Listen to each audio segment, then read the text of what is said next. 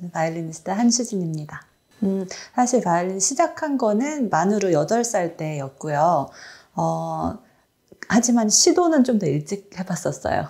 3살 때 잠시 시도를 했었는데요. 그때 엄마께서 집에서 연습하시는 그 바이올린 소리가 너무 아름다웠고, 특히 제가 아플 때 엄마 연습 소리 듣는 게 너무 위로가 되더라고요. 그래서 나도 언젠가 저런 소리를 내서 다른 사람들을 위로하고 싶다라는 마음이 들어서 시도를 해봤는데, 바이올린이 시작하기에 입문하기 되게 어려운 악기예요. 소리를 내기까지 이제 자세도 잡아야 되고, 그리고 예쁜 소리를 내기까지 시간이 좀 오래 걸리거든요.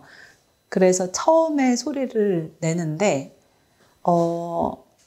굉장히 충격적인 소리가 나서 너무 미운 소리가 나서 그냥 바로 접었어요. 그래서 일주일 만에 접었던 걸로 기억을 하고, 나중에 한국에 잠깐 방문했을 때 외할머니 댁에서 외할머니께서 제 또래 아이를 가르치시는 모습을 보고 엄청 칭찬을 해주시더라고요. 근데 저도 저렇게 잘할 수 있겠다라는 생각이 들어서 그때 그 동기로 다시 잡게 됐고, 그때는 이제 제대로 시작하게 되었습니다.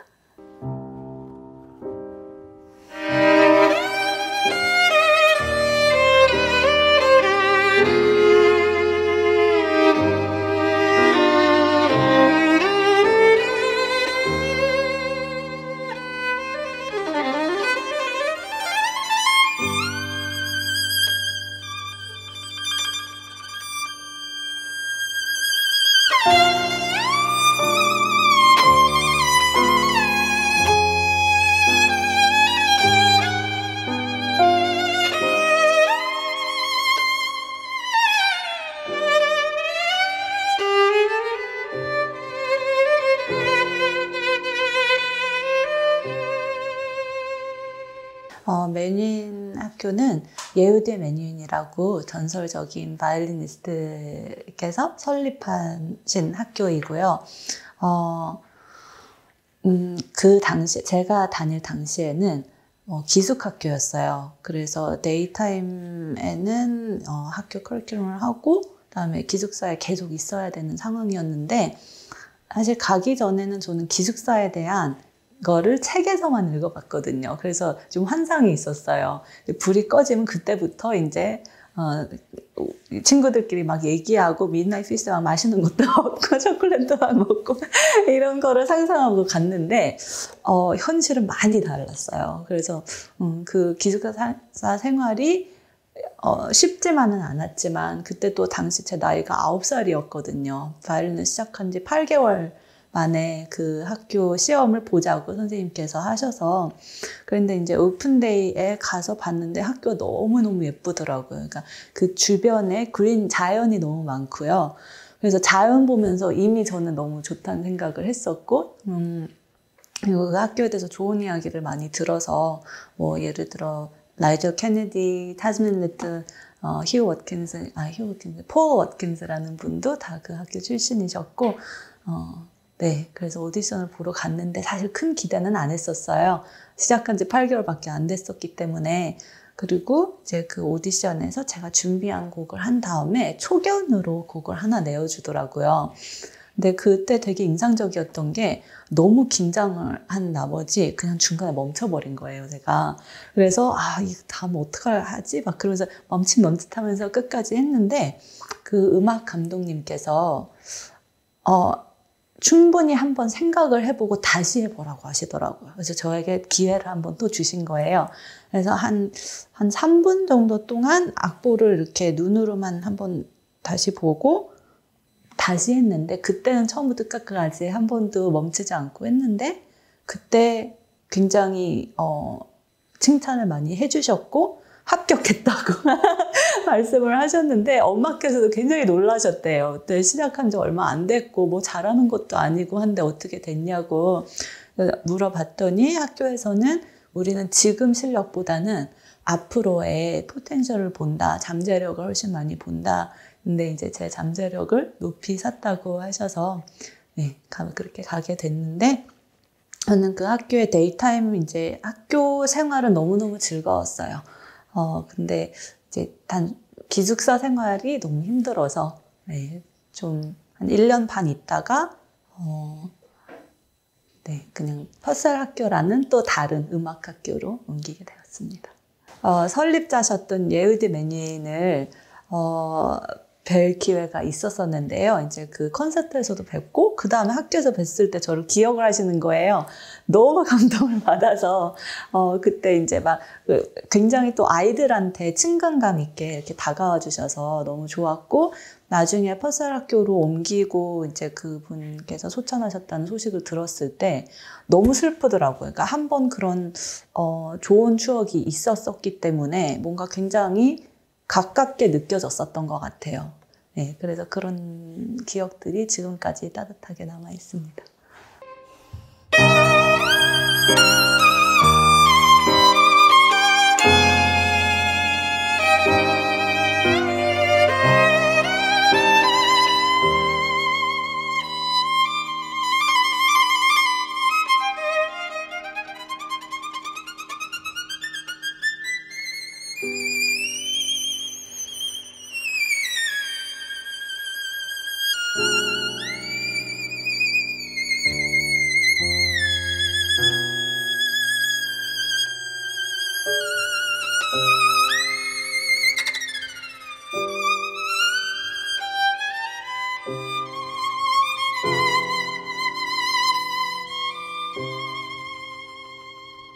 제가 어렸을 때부터 호기심이 굉장히 많았어요. 그래서 책도 많이 읽고 궁금한 거 있으면 그걸 찾아다니고 좀 그런 성향이 많았었기 때문에 그게 물론 아마 제 주변에서는 좀 답답해했을 수도 있어요. 얘는 이제 연주자의 길을 가야 하는데 왜 저렇게 관심사가 많지? 이러면서 그렇게 답답하게 느껴지셨을 수도 있을 것 같고, 그리고 특히나 제가 옥스퍼드 대학에 가기로 결심을 했을 때 사실은 그 결정을 반긴 분이 거의 없었어요.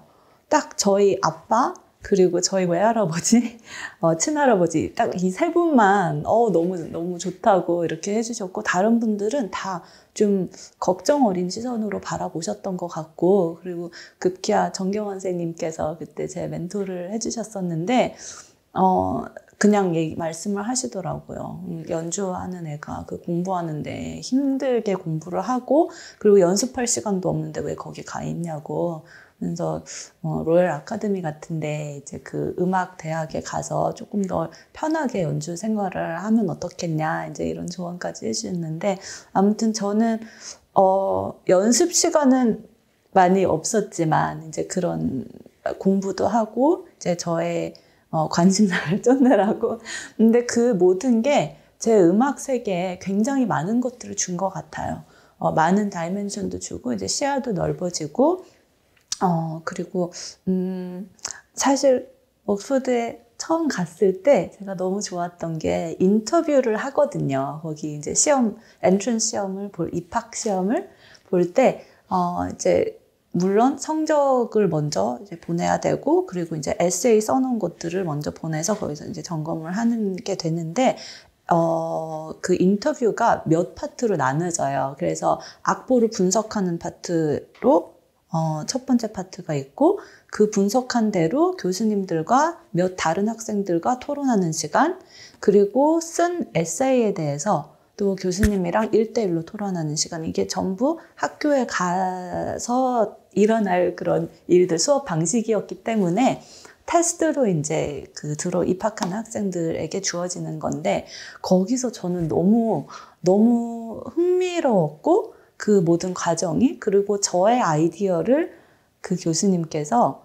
다시 생각하게 해주시더라고요. 질문을 계속 던져주시고 그 아이디어를 뒤집어 보시고 그리고 이제 제 의견도 굉장히 존중해 주시고 하면서, 이렇게도 생각할 수 있구나, 저렇게도 생각할 수 있구나 하면서 내가 여기 오면 진짜 너무너무 재밌게 공부를 할 수 있겠구나 라는 기대감이 더 커졌었던 것 같아요. 그래서 학교 다니면서도 사실 힘든 순간도 많았거든요. 왜냐면은 저는 연주를 더 잘하기 위해서 거기를 갔었던 건데, 공부를 하면서 특히 이제 시험 기간이 되면 아무리 중요한 연주가 있어도 악기 이 케이스 뚜껑을 열 시간조차 없더라고요. 공부하느라고. 그래서 악기랑은 점점 멀어져 가는 것 같고 공부하다가 옆에 케이스를 보면 케이스에서 뭔가 슬픈 에너지가 나오는 것 같은 거예요.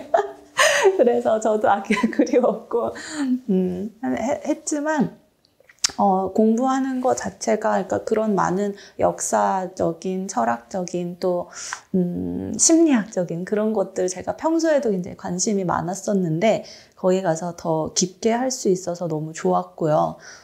그리고 너무 저는 신기하게 생각을 했던 게 아무리 정말 에너지가 다 고갈되고 악기 이제 연주하고 돌아왔는데 바로 다음날 제가 에세이를 내야 됐었던 적이 있어요. 근데 에세이가 기본 몇 페이지 됐거든요. 정말 많은 이제 책들 중에 물론 부분들이 있지만 책 리스트가 있고 그걸 다 읽어서 나름 분석하고 해석을 해서 또 에세이를 써야 되는 거기 때문에 그 다음날 내야 됐어서 밤을 샜어요. 저는 밤을 잘 못 새는 타입인데 밤을 새서 이제 수업을 하러 그 에세이를 들고 간 거예요. 근데 그 교수님이랑 1대1로 토론하는 그런 타입의 수업이었는데 근데 거기 가서 완전히 몸은 다 지쳐 있었는데 이 정신적으로 스티뮬레이션이 되니까 너무 좋은 아이디어를 끄집어내시더라고요, 교수님께서. 그래서 그런 토론을 하고 나서 오히려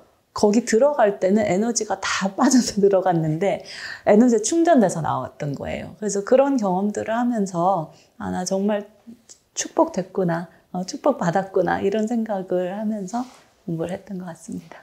많이 됐어요. 네. 사실 학교를 다니면서 이제 특히 분석 같은 거 할 때는 이게 되게 테크니컬한 부분이거든요. 이거를 나의 음악이랑 어떻게 연결을 지을지 그때는 고민이 됐었어요. 근데 제가 치료 기간 동안 악기를 아예 못 했었잖아요. 그때 뭔가 제 시스템 안으로 그게 다 이렇게 세틀다운 하면서 체내화되는 그런 느낌? 뭔가 소화가 되는 느낌? 그런 시간이 되었던 것 같고, 그리고 제가 학생들을 가르치면서 그런 것들이 점점 이렇게 나오고 이게 뭔가 정리가 되는 거를 느꼈어요.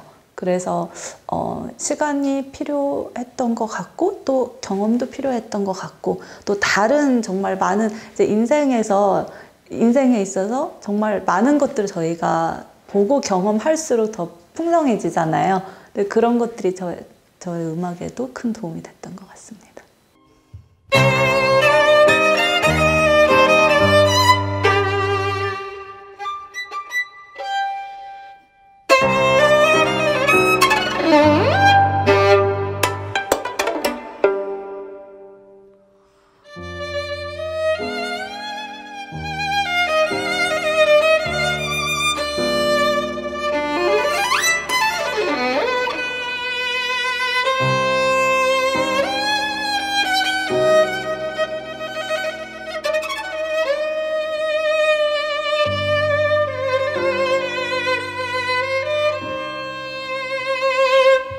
제가 16번째 생일날 선생님께 오디션을 받았고요. 네. 그리고 18살이었던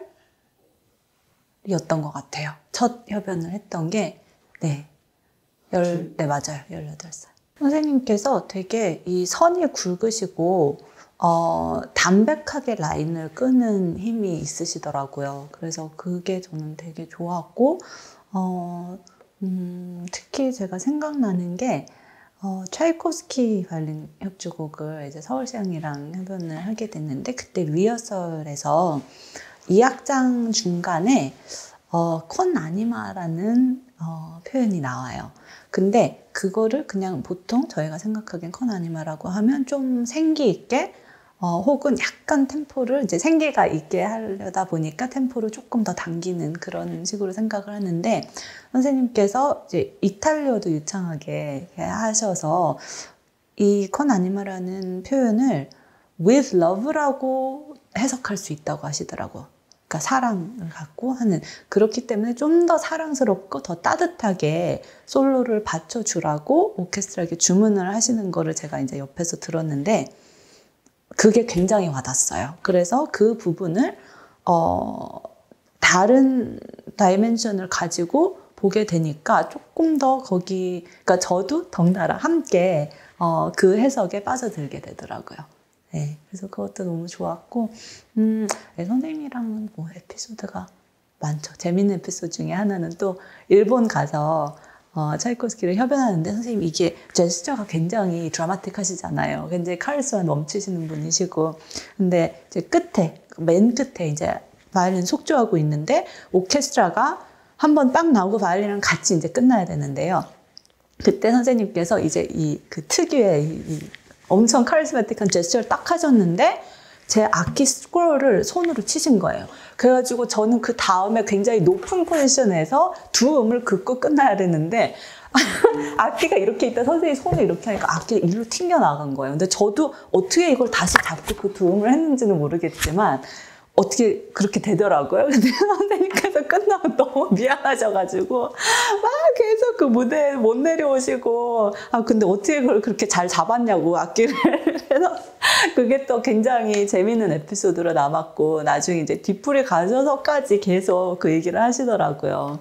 네, 그게 참 어떻게 보면 그 일 때문에 그 에피소드 때문에 그 연주가 더 기억에 남았던 것 같아요.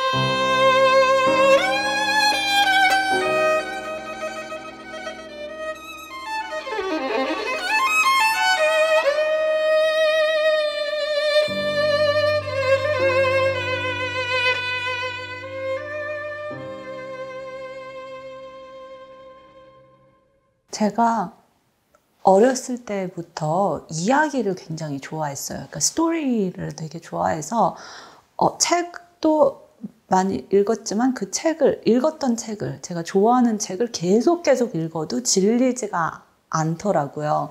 그리고 그 책을 한번 읽으면은 그 다음 이야기를 혼자서 상상하는 시간이 좀 많았던 것 같아요. 그래서 그런 스토리텔링을 하기를 좋아하는 그런 제 성향이 이렇게 고스란히 나오는 게 아닌가. 사실 음악이라는 게 연주자한테 제 연주라는 게 이 내면에 있는 것들이 그대로 나오는 거거든요. 그래서 숨길 수가 없어요. 그 사람이 어떤 사람인지 연주하는 거를 보면 대충 다 알 수 있어요. 그리고 사람들이 아마 많은 분들이 제 연주를 편하게 생각하시는 이유도 거기 있지 않을까. 물론 제가 되게 예민한 부분이 있긴 하지만 성격이 굉장히 털털하다는 얘기를 많이 듣거든요.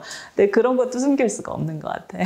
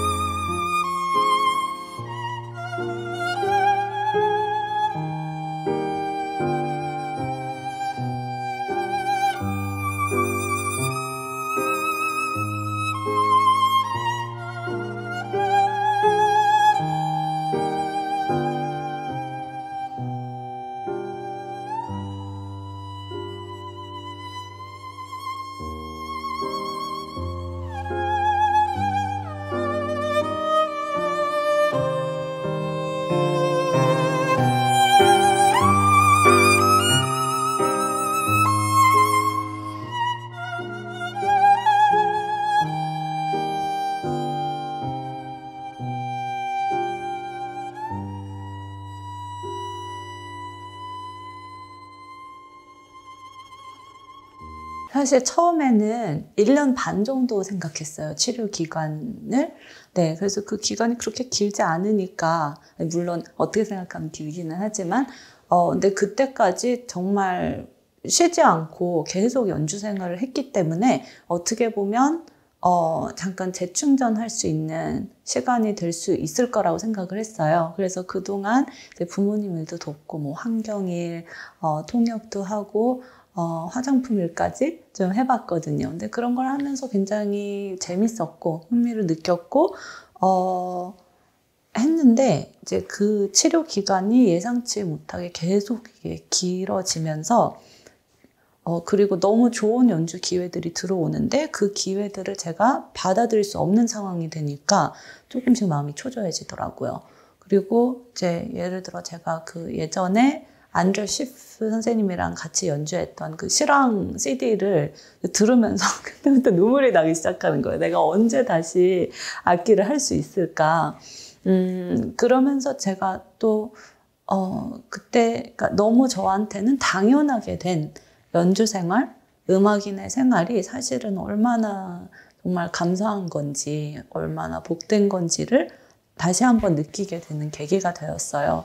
그 연주 생활하고 음악 생활뿐만이 아니라 정말 작은 거, 인생에 있어서 작은 것들, 우리가 그냥 뭐 숨 쉬는 거, 밥 먹을 수 있는 거, 이런 것들도 사실은 당연한 게 아닌데, 좀 감사함을 잊고 살았구나라는 생각이 들더라고요. 그래서 작은 감사부터 다시 느끼고 생각할 수 있는 시간이 되었던 것 같고요. 그리고 그때 한 그 치료 기간 동안에 사실 여러 일이 겹쳐서 좀 정말 굉장히 힘들었던 시기가 있었거든요. 근데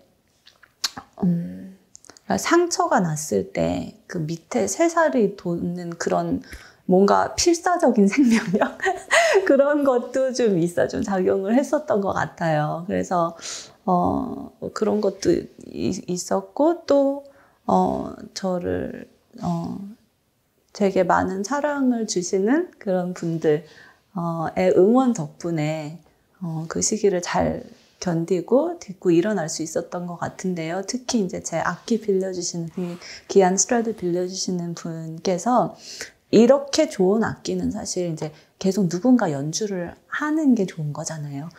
근데 제가 그때 악기를 못하고 있다는 걸 너무 잘 아시면서도 다른 사람한테 빌려주지 않으시고 그냥 제 옆에 계속 있게 해주셨어요. 그 믿음이랑 응원이 저한테 너무 감동이었고요. 그래서 결국은 아픔, 고통이라고 할 수도 있고 믿음과 사랑, 그리고 소망, 이런 것들이 저를 바이올린 곁으로 다시 보내준 게 아닌가 싶습니다.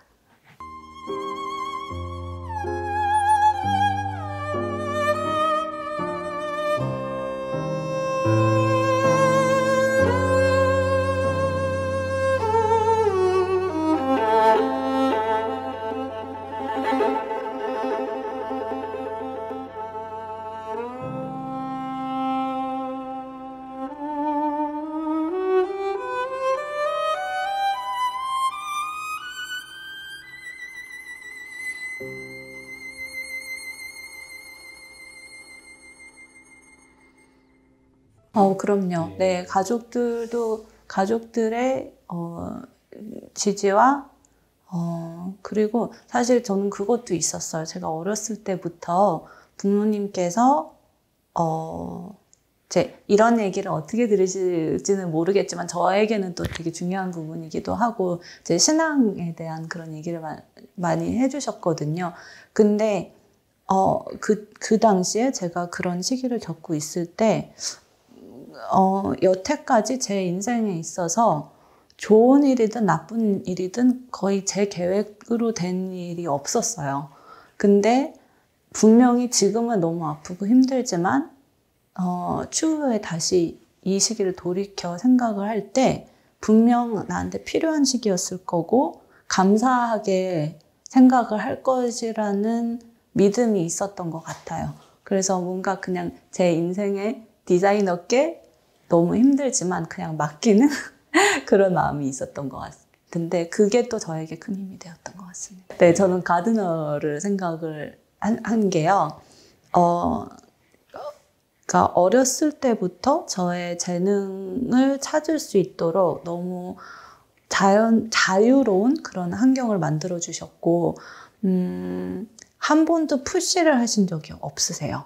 그러니까 엄마께서도 바이올리니스트셨는데 사실 음악을 시작하셨을 때 본인의 의지로 시작을 하신 게 아니었거든요. 외할머니께서 그걸 원하셔서 하게 됐는데 어느새 엄마 인생에 음악이 굉장히 깊게 스며들었다는 거를 당신이 모르시고 계셨대요. 근데 정말 그 선택을 할 수 있을 때 음악을 정말 그만두느냐 아니면은 계속 하느냐 그 선택의 길이 왔을 때 그때 비로소 이게 얼마나 아름답고 소중한 건지를 아셔서 그게 너무 안타까우셨대요. 그래서 딸인 저는 제가 원할 때까지 그냥 기다리시고 음악으로 인해 정말 행복했으면 좋겠다라는 생각을 하셨었대요. 그리고 저의 정말 아까 말씀드렸듯이 그 많은 관심사를 아마 다른 부모님 그렇게 달갑게 여기지 않으셨을 것 같은데 엄마는 항상 지지를 해주셨고 그리고 그 지지는 저희 아빠 그리고 외할머니께서도 아낌없이 주셨어요. 근데 정원을 자연스럽게 그리고 아름답게 가꾼다는 게 쉬운 일은 아니잖아요. 근데 그렇게 지지해 주시고 지원해 주시고 제가 스스로 그 정원을 가꾸고 또 만들어 갈 수 있도록 도와주시는데 정말 큰 힘이 되어 주셔서 가족분들 그리고 특히 엄마께 늘 감사한 마음입니다.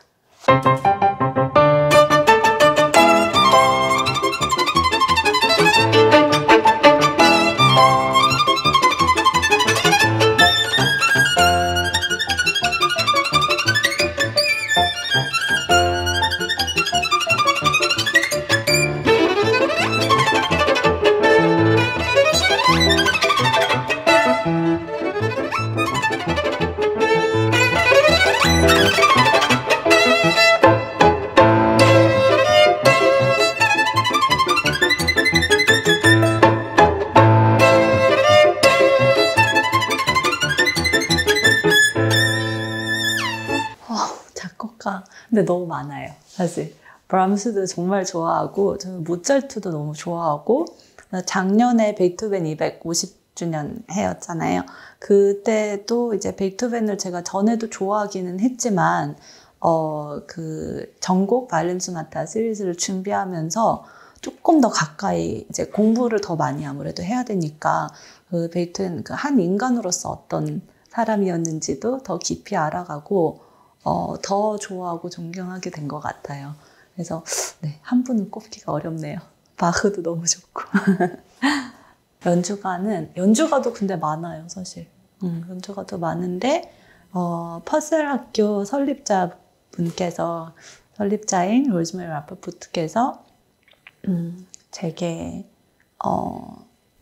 제 연주가 꼭 닮았다고 한 아티스트가 있었어요. 근데 그 사람이 요셉 하세드라고 굉장히 젊은 나이에 세상을 떠난 아티스트인데 그분 연주를 들으면서 저는 정말 충격을 받았거든요. 그 소리 안에 영혼이 담겨 있는 게 너무 많이 느껴졌고 그리고 이게 그냥 그 소리 들었을 때 질감이 떠오르기가 쉽지가 않은데 벨벳한 그런 질감이 떠오르더라고요. 근데 그게 그냥 벨벳이 아니라 굉장히 깊은 벨벳인데 부드럽게 느껴질 듯한데 벨벳이라면 그렇잖아요. 근데 너무너무 강력한 힘으로 이렇게 가슴 안으로 파고드는 그런 게 느껴져서 그때부터 그분의 팬이 됐습니다.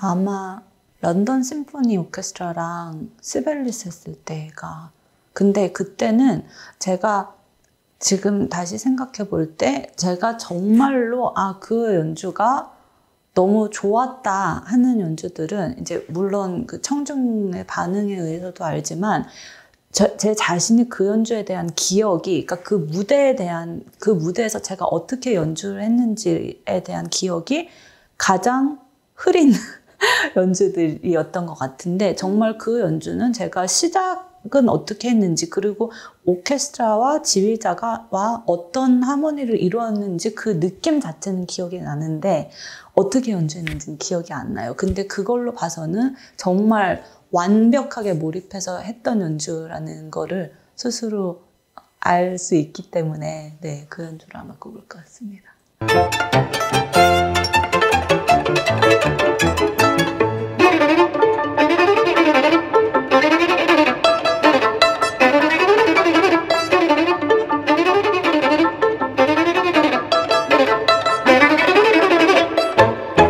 계획은 많은데요. 아까 말씀드렸듯이 지금까지 제 계획대로 된 게 별로 없어서요. 큰 계획을 말씀드리자면 저는 음악이 정말 하나님께서 우리 인간들에게 주신 가장 큰 선물이라고 생각을 해요. 그래서 그 음악이 너무 귀한 선물 안에 있는 값진 것들을 다 이렇게 열어서 많은 분들께 쉐어하고 보여드리고 전달 드릴 수 있는 그런 아티스트가 되고 싶습니다. 바이올린요. 제가 어렸을 때부터 노래를 되게 좋아했어요. 동요부터 시작해서 오페라도 너무 좋아했고, 마리아 칼라스라는 가수분이 저의 정말 최애 가수, 지금까지도 그렇고요. 그리고 뭐 최근에는 제가 가요를 잘 몰라서 이렇게 막 추천을 받아요. 그래서 이렇게 들어보는데 너무너무 이제 좋은 아티스트 분들이 한국에 또 많이 계시는 것 같고 하는데, 제 자신은 노래를 잘 못해요. 노래는 그렇게 좋아하면서도. 근데 정말 제 목소리와는 비교가 안 될 정도로 너무너무 아름다운 영혼의 목소리인 것 같고요, 바이올린이. 그러면서도 저의 소울메이트, 그리고 평생 함께 할 수 있는 그런 친구, 제가 가장 힘들었을 때 옆에 있어줬던 친구, 네, 저의 영원한 동반자이지 않을까 싶습니다.